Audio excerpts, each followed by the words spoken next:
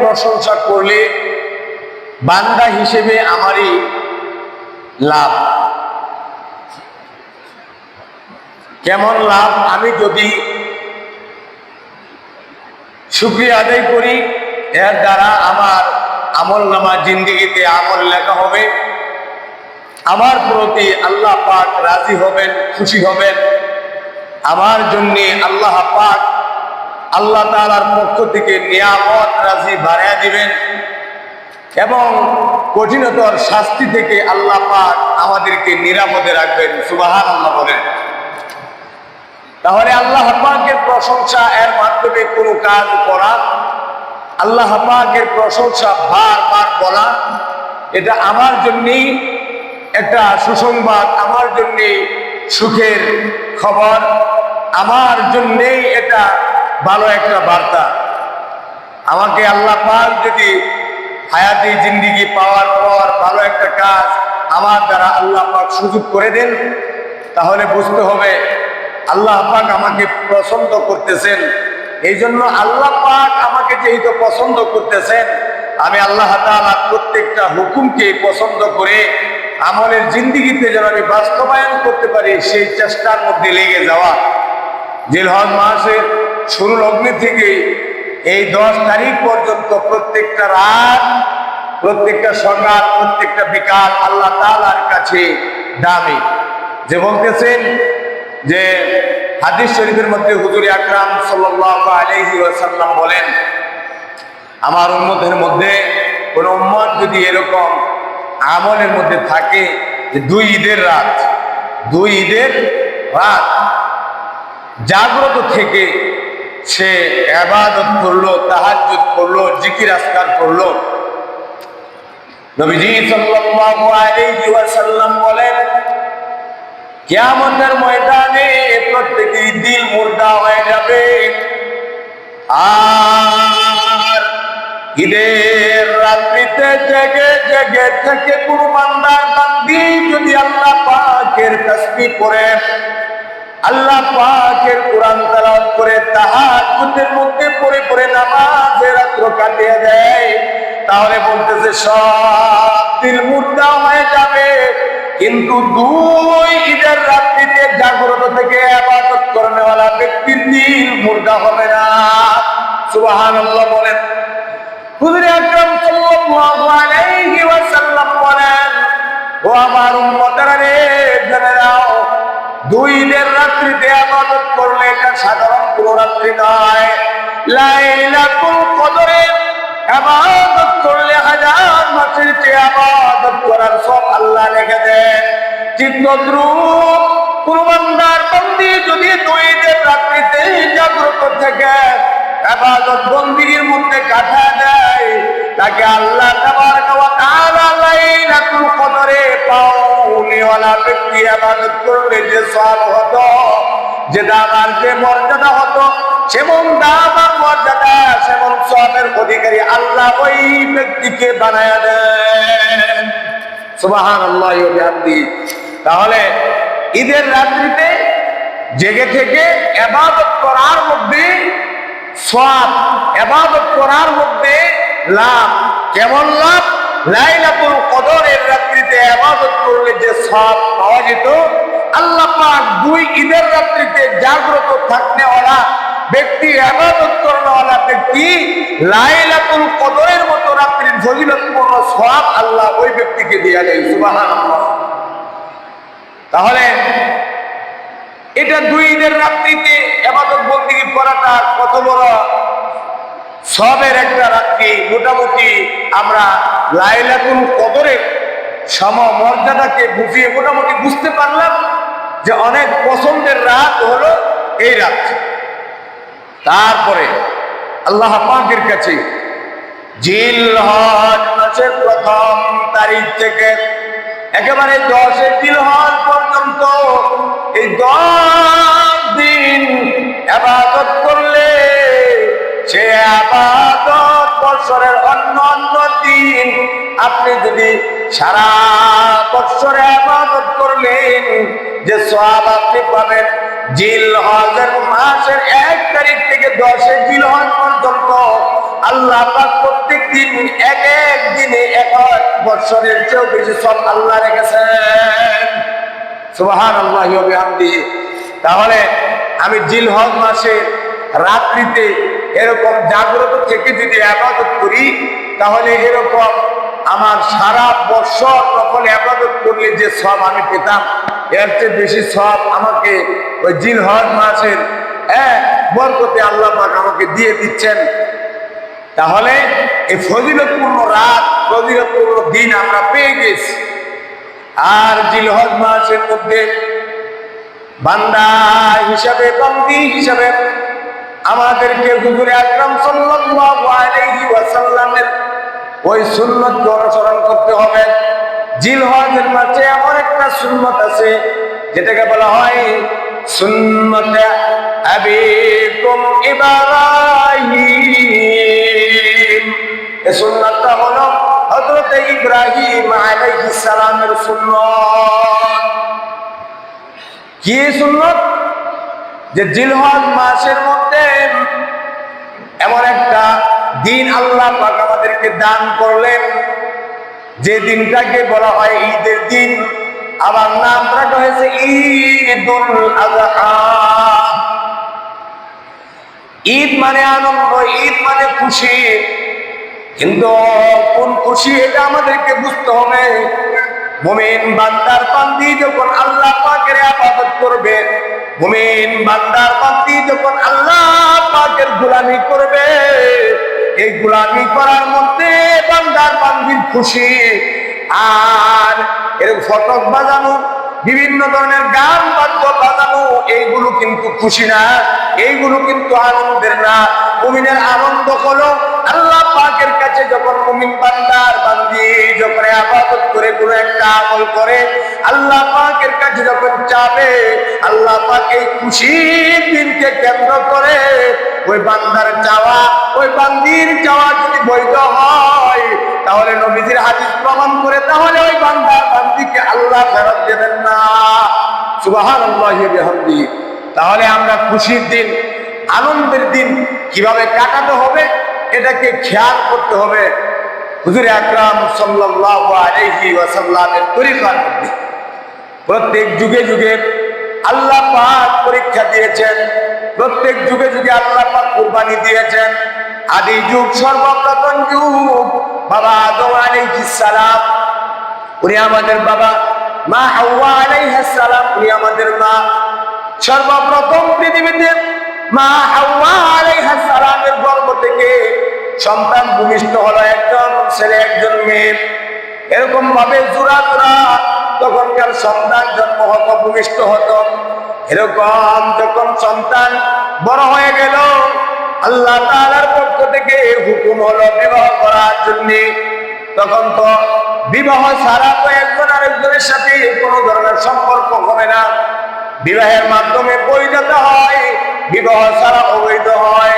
তাহলে বিবাহের মাধ্যমে এখন যে বিবাহ করানো হবে, আদম আলাইহিস সালামের গর্ভ থেকে একজন ছেলে একজন মেয়ে আসতো, তারা উভয় তো ভাই আর বোন হয়ে যেত।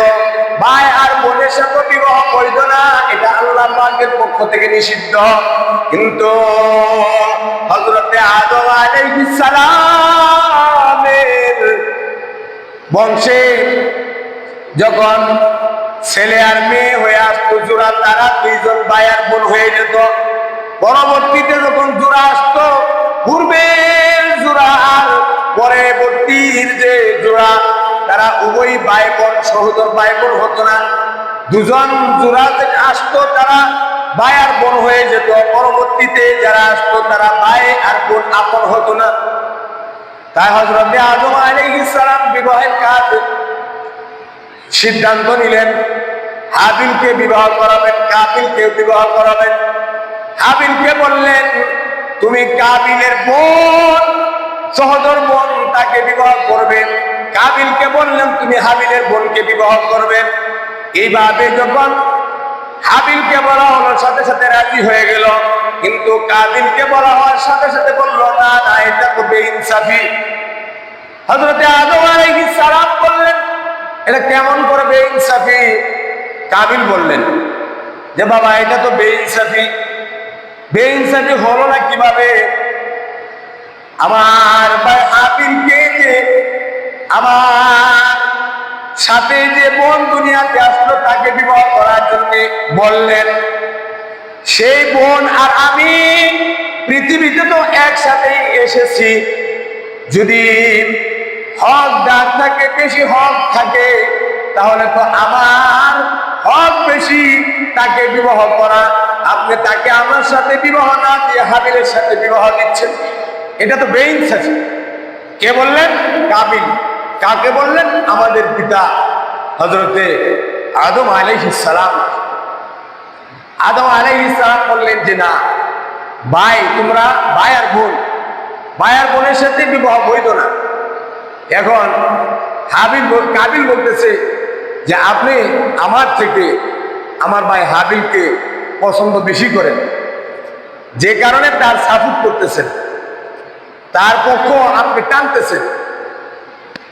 কারণ আমার সাথে জোড়া বোনটা যে এসছে সে অনেক বড় সুন্দরী, আপনি আমার ভাইকে, আপনার ওই সন্তানকে বেশি মহব্বত করেন, তাই তাকে সুন্দরী আপনার কন্যা তার সাথে বিবাহ দিচ্ছেন, কিন্তু আমাকে কম ভালোবাসেন, এই জন্যই আমি বলছি যে আমার সাথে তার বিবাহ আপনি দিচ্ছেন না, এটা আপনি বেইনসাফি করতেছেন। কিন্তু তখন আদম আলাইহিস সালাম বললেন যে না, এটা তো আল্লাহ তাআলার হুকুম, আল্লাহ তাআলা হুকুম করেছে।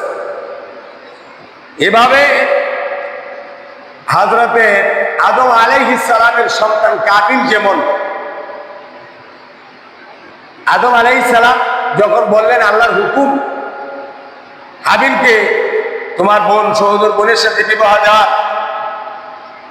এরকম আদম আলাইহিস সালাম যেমন কাবিলকে বলেছেন, বর্তমান যুগ পর্যন্ত কখনো কোনো মাসলা যদি এরকম হয়, স্বার্থের মধ্যে কারো ব্যাঘাত ঘটে, তখন বলে থাকে যে হুজুররা এমনই বলে নিজেদের স্বার্থের জন্য বিভিন্ন সময় মাসলা মাসাইল ঘুরায় দেয়।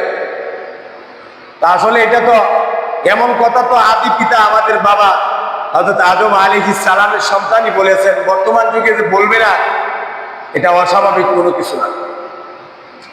কাবিল যখন এমন কথা বললেন, হযরত আদম আলাইহিস সালাম বললেন তাহলে তোমরা এক কাজ করো, কুরবানি করো। তখনকার যুগের নিয়ম এই ছিল যে কুরবানি করলে কুরবানির কৃত বস্তু আল্লাহ তাআলার পক্ষ থেকে আগুন এসে পুড়িয়ে ছাই করে ভস্ম করে দিত। এতে করে বুঝতে পারতো যে আমার কুরবানি কবুল হয়েছে। তখন আর বস্তু খাওয়া যেত না। আমরা যেমন কুরবানি দিলে পরে এরকম বস্তু খেতে পারি, তখনকার নিয়ম এরকম ছিল না। কুরবানি দিলে পরে পুরো ছাই হয়ে যেত। এখন যার কুরবানি কবুল হতো না, এভাবে অক্ষত থাকতো। তারপরে পরবর্তীতে তওবা করে কান্নাকাটি করে আল্লাহ পাকের কাছে মাপ চেয়ে আবার যখন আল্লাহকে রাজি করাইতে পারতো, আল্লাহ রাজি খুশি থাকতেন, আবার দোয়ার বরকতে কান্নাকাটির বরকতে পরক্ষণে আবার যদি পুরে ছাই হয়ে যেত, তখন বুঝতে পারতো যে আমার কান্নাকাটি মুনাজাত আল্লাহ তাআলার কাছে হয়তো গ্রহণ হয়েছে, কবুল হয়েছে। কবুল যদি না হইতো তাহলে এটা পুরে ছাই হতো। এই অবস্থা দেখে আমাদের মতো কিছু মানুষ এরকম আফসোস করে বলে, যদি আমাদের অবস্থা এরকম হইতো, আমাদের কুরবানি কবুল হয়েছে না হয় নাই, এটা যদি আমরাও বুঝতে পারতাম, মেরে ভাই, এরকম যদি হতো তাহলে আমাদের জন্য বড় মুসিবতের কারণ হয়ে যেত। কারণ তখন বেয়ের কাছে লজ্জিত হতে হতো, বাপ ছেলের কাছে লজ্জিত হতে হতো। কারণ যার কুরবানি কবুল হতো না, তার কুরবানি এভাবে অক্ষত থাকতো। তা আল্লাহ আমাদেরকে কত দয়া করছেন। তাও আমরা মনে করি আদম আলাইহিস সালামের যুগে কুরবানির প্রথা যেমন ছিল এমন যদি থাকতো, আরে এমন যদি থাকতো তাহলে তো কোনোভাবেই আমরা যে 100 জনে কুরবানি দেই, 100 জনের মধ্যে একজনও টিকতো কিনা এটা সন্দেহ, হাজারে একজন 8 জন টিকতো। মুসল্লিরা দেখতো ইমাম সাহেবের কুরবানি দিছে, তারটাও হয় নাই কবুল। ইমাম সাহেব চিন্তা করতো আমি তো আসলে হারাম যাই না সেটা নিয়ে নেই, তা আমারটা কবুল হইল না। মুসল্লিদের কাছে বেইজ্জতি, মুসল্লিরা কিন্তু হুজুরে এত বুজুর্গ মনে করতাম, মোহাব্বত করে নিজের ভালো খাবারটা হুজুরে খাওয়াইতাম। এখন হুজুরে কুরবানি দিছে, হুজুরেরটাই কবুল হয় নাই। মুসল্লিরা এইভাবে করলে টাকা থাকতো, ব্যাপার কি কিয়ামত কালকে হয়ে যেত, হুজুরেরটাই কবুল হয়েছে। তখন হুজুর ও মুসল্লিদের কাছে কি হয়ে যেত? বেইজ্জতি হয়ে যেত। কারণ কুরবানির মূল মিনিং কি, উদ্দেশ্য কি, এটা আমাদেরকে বুঝতে হবে। এটাই তো আমরা বুঝি না, যে কারণে আমরা আমাদের নবীজি সাল্লাল্লাহু আলাইহি ওয়াসাল্লামের উসিলায় তার বদৌলতে আজকে আমাদের কুরবানি যে কবুল হয় হয় না এটা আল্লাহ ভালো জানে। নিয়ত যদি পরিশুদ্ধ হয় তাহলে আল্লাহ কবুল করবেন, আর নিয়ত যদি পরিশুদ্ধ না হয় তাহলে তো কবুল হওয়া এটা দাঁড়াই রাখে। এই জন্য দেখেন হযরতে আদম আলাইহিস সালাম তার পুত্র হাবিল আর কাবিলকে বললেন, বাপজানেরা তোমরা ওই কুরবানি করো, যার কুরবানি কবুল হবে সেই আমার ওই মেয়েকে বিবাহ করবে। হযরতে আদম আলাইহিস সালামের সন্তান হাবিল তিনি পশু দুম্বা এগুলো লালন পালন করত। তার এই লালন পালন কৃত পশু থেকে, মোটা তাজা একটা পশু থেকে আল্লাহর রাস্তায় কুরবানি করে দিলেন। হযরতে হাবিলের কুরবানি আল্লাহ তাআলার দরবারে কবুল হয়ে গেলেন। আর ওই দিক থেকে কাবিল যখন দেখতে পেলেন তার কুরবানি কবুল হয় নাই, তার ভাইকে রাগ করে বললেন, তোর কারণে আমার কুরবানি কবুল হয় নাই। কাবিল হাবিলকে তার আগে অগ্নিবর্ষা হয়ে বললেন, রে ভাই তোর কারণে আমার কুরবানি কবুল হয় নাই। হাবিলে মুস্কি হেসে দিয়ে বলতেছেন, এটা কেমন কথা তুমি বললে?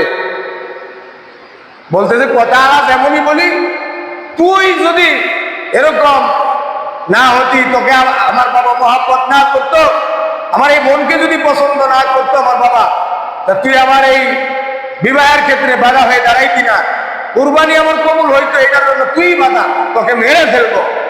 হাবিল আবার মুস্কি হেসে দিলেন, মুস্কি হেসে দিয়ে বললেন,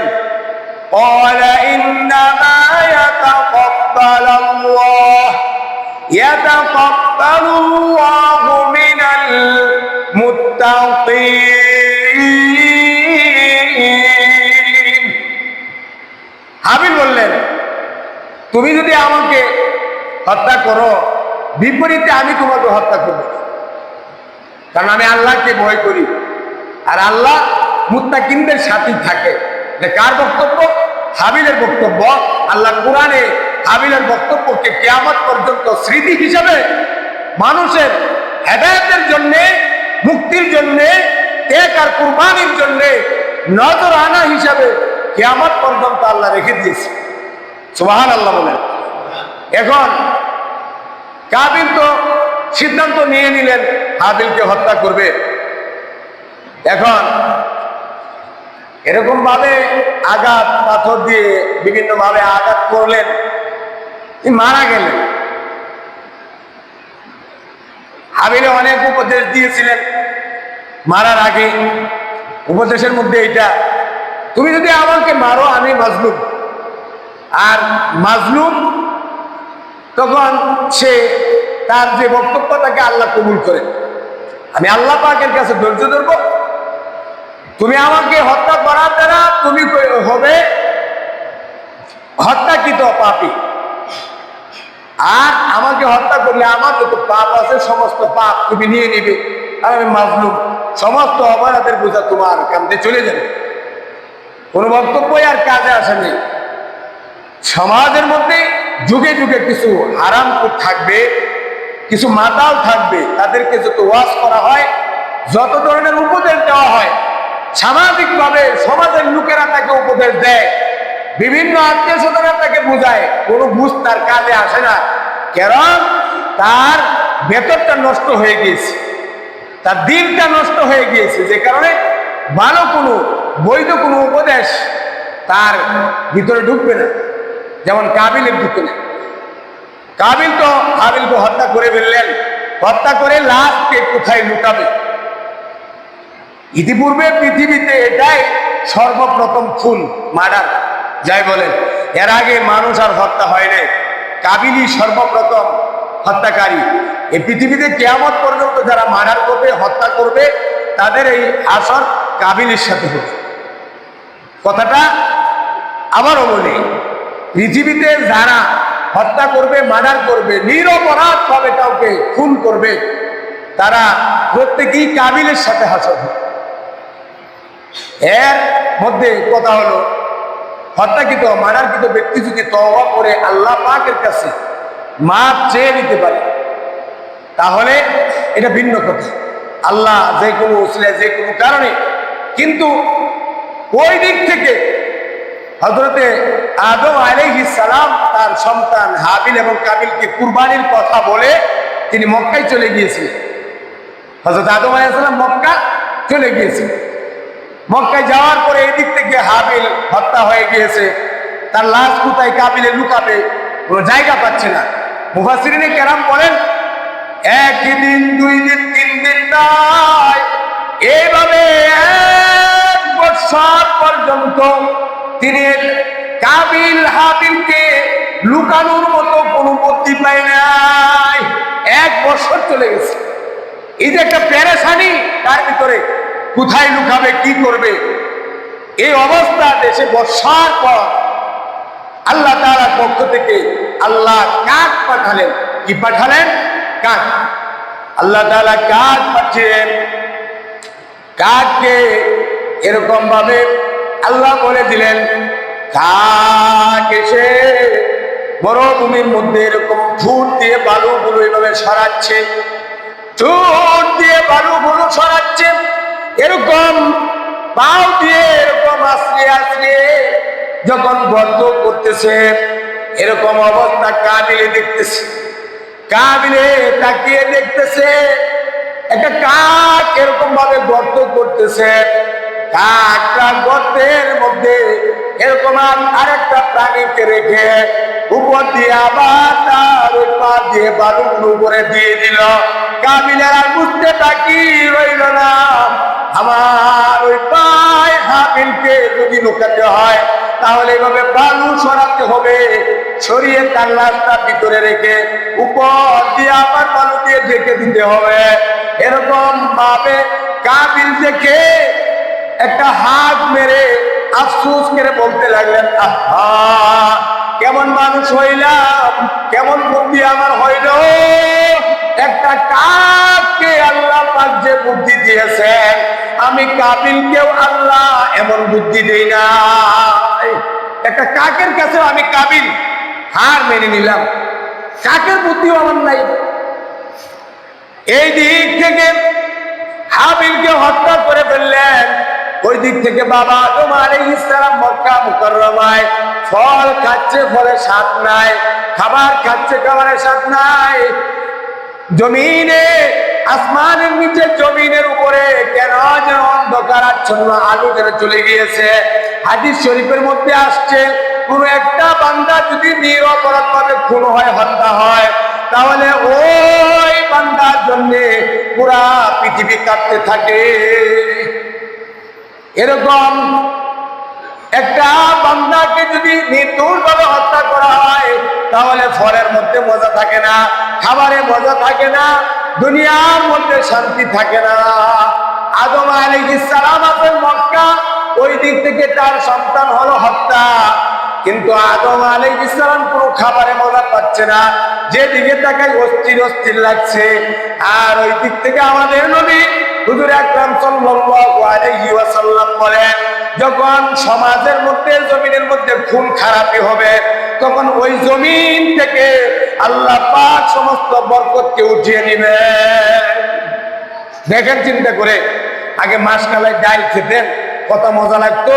ইলিশ মাছ খেলে কত মজা লাগতো। মানুষ মেহমানদারি করতো পাঙ্কাশ মাছের পেটি দিয়ে। আর এখন গরু গোস্ত রানলেও পরে এরকম মজা লাগে না। এগুলো আমাদের নিজের হাতের কামাই। কেন নিজের হাতের কামাই আপনি হয়তো নাও মানতে পারেন। এই জন্য আল্লাহ কোরআনে বলে দিয়েছেন। কি বলছেন কোরআনে? আল্লাহ বলতেছেন, জাহাওয়াল ফাসাদু ফিল বাররি ওয়াল বাহরি বিমা কাসাবাত আইদিন নাস। জাহারাল ফাসাদু ফিল বাররি ওয়াল বাহরি বিমা কাসাবাত আইদিন নাস। রে বান্দা, ও বান্দি, তুমি জমিনে যত ধরনের আযাব আর গজব মুসিবত দেখো, এইগুলো হলো তোমাদের নিজের হাতের কামাই। এর হাতের কামাই, আমলের কামাই। আমল যত ভালো হবে আল্লাহ তাআলার পক্ষ থেকে তত রহমত বরকত হবে। আমল যত খারাপ হবে আল্লাহ তাআলা রহমত বরকত উঠিয়ে নেবেন। যে